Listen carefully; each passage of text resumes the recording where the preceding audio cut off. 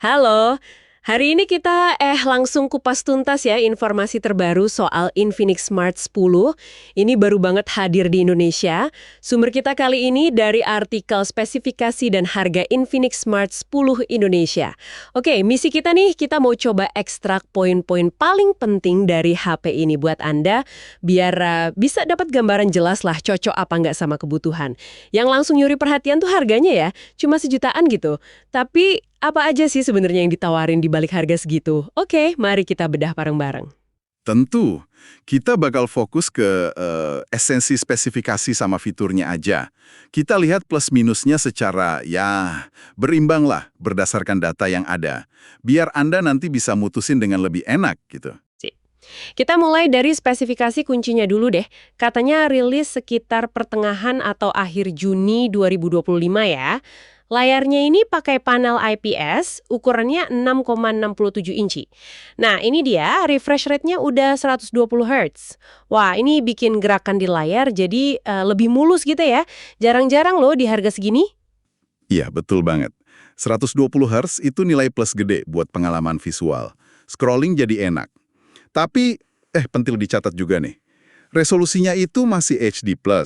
Nah, di layar segede 6,67 inci, ini artinya gambar mungkin nggak setajam HP lain yang udah Full HD. Jadi ada kompromi yang jelas di sini. Antara mulusnya gerakan sama tajamnya gambar. Gitu. Oh gitu ya, oke, dicatat. Selain layar ada juga soal ketahanan fisiknya nih. Katanya HP ini punya sertifikasi IP64, artinya apa tuh? IP64 itu artinya dia tahan debu sama tahan cipratan air. Jadi kalau kena gerimis dikit atau kehujanan ringan gitu, harusnya aman. Ditambah lagi, ada klaim tahan jatuh dari sekitar 1,5 meter. Ya, lumayanlah buat ketangguhan dasar sehari-hari. Lumayan juga ya buat HP sejutaan. Oke, sekarang soal dapur pacunya. Mesinnya gimana nih? Nah, kalau soal performa, dia pakai chipset kelas entry level ya, Unisoc TT750. Didukung RAM 4 GB. Tapi ada fitur RAM virtual, jadi bisa ditambah lagi seolah-olah jadi 8 GB kalau lagi butuh. Buat nyimpen data, ada pilihan 64 GB atau 128 GB. Yang bagusnya lagi, masih bisa ditambah micro SD sampai 2 TB. Dan slotnya itu terpisah, bukan hybrid. Jadi bisa pakai 2 SIM plus micro SD barengan. Ini fleksibel banget buat penyimpanan. Kita kan sering denger ya Unisoc di HP terjangkau. Nah, si T7250 ini gimana performanya kalau dibandingin sama pesaing di kelas harga yang sama? Cukup nggak sih buat multitasking atau mungkin main game ringan gitu? Gini, buat kelas harganya ya, T7250 ini dirancang buat tugas-tugas dasar kayak browsing, sosmed, chatting, multitasking ringan gitu harusnya sih lancar ya. Kalau buat gaming kasual, game-game ringan, ya mungkin masih oke lah. Tapi jangan ngarep bisa main game berat dengan setting tinggi ya, jelas nggak bisa. Tapi ya itu tadi, RAM virtual sama slot microSD terpisah itu jadi nilai tambah yang lumayan signifikan di segmen harga segini. Oke. Selain itu, ada fitur-fitur tambahan lain nggak yang menonjol gitu? Ada beberapa sih yang perlu disebut. Pertama, ada asisten AI namanya Volex. Katanya sih buat bantu tugas harian. Terus ada speaker stereo. Nah, ini pakai teknologi DTS Ultra Volume yang katanya bisa naikin volume sampai plus 300%. Wah, 300%, gede banget ya. Iya, klaimnya gitu. Ini mungkin berguna ya kalau lagi di tempat rame gitu. Cuma ya kualitas suara di volume paling kencangnya perlu diuji lagi sih nanti. Terakhir, baterainya kan 5000 mAh nih.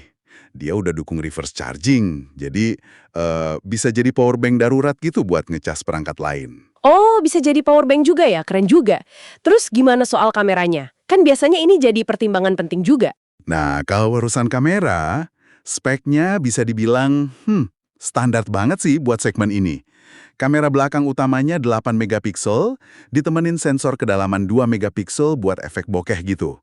Kamera depannya juga 8 megapiksel. Hasilnya ya kemungkinan bakal cukup lah buat foto-foto di kondisi cahaya terang. Tapi jangan terlalu berharap tinggi buat foto malam atau di tempat yang minim cahaya ya. Oke, standar lah ya berarti. Baterainya tadi 5000 mAh, ngecasnya udah USB-C kan? Berapa watt? Ya, udah USB-C, pengisian dayanya 15 watt. Kombinasi yang cukup solid lah buat daya tahan baterai seharian. Oke. Nah, sekarang kita ngomongin senjata utamanya nih, harga. Gimana rinciannya? Betul banget. Jadi, buat varian yang RAM 4 GB, memori 64 GB, harga promonya itu Rp1.049.000. Harga resminya nanti Rp1.099.000. Terus buat varian yang RAM 4 GB, memori 128 GB, harga promonya Rp1.149.000 dan harga resminya Rp1.199.000. Wah, ini sih bener-bener mepet sejutaan ya. Iya, ini jelas banget nempatin dia jadi pilihan yang sangat-sangat kompetitif di pasar entry level. Bikin pusing pilihan nih. Oke, jadi kalau kita coba rangkum nih ya, kelebihannya jelas di harga yang agresif banget, terus layar 120 Hz yang mulus tadi, ketahanan dasar IP64 sama klaim tahan jatuh itu juga lumayan. Ada fitur kayak AI Volux, speaker kencang, reverse charging, opsi RAM sama penyimpanannya juga fleksibel. Betul. Sementara itu, kekurangannya atau area komprominya ya tadi. Resolusi layar masih HD+, padahal ukurannya lumayan gede. Kualitas kameranya juga standar aja, terutama buat kondisi kurang cahaya. Dan, nah ini penting buat sebagian orang, belum ada NFC. Oh ya, NFC ya? Buat bayar-bayar atau cek saldo e-money gitu ya? Iya, betul. Jadi buat yang sering pakai fitur itu, ya ini jadi pertimbangan penting. Oke deh, jadi kesimpulannya gimana nih? Infinix Smart 10 ini secara keseluruhan. Kesimpulannya, Infinix Smart 10 ini nawarin paket fitur yang cukup berani ya buat harga sejutaan. Anda dapat layar mulus 120 Hz, ada ketahanan dasar, beberapa fitur AI dan audio yang menarik, plus baterai gede yang bisa jadi power bank. Jadi paket hemat tapi fiturnya lumayan banyak ya? Bisa dibilang gitu, kalau kita lihat gambaran besarnya, HP ini bisa jadi pilihan yang sangat masuk akal kalau prioritas utama Anda itu fungsi dasar jalan lancar, layar mulus buat scrolling, baterai awet, dan budgetnya mepet banget. Tentunya ya, ini artinya Anda harus bisa terima kompromi di ketajaman layar sama kemampuan kamera yang ya biasa aja. Gak ada NFC juga, jadi penting banget buat nimbang lagi apa sih yang paling krusial buat Anda dalam pakai HP sehari-hari. Bener banget. Ini jadi pertanyaan buat Anda renungkan nih di rumah.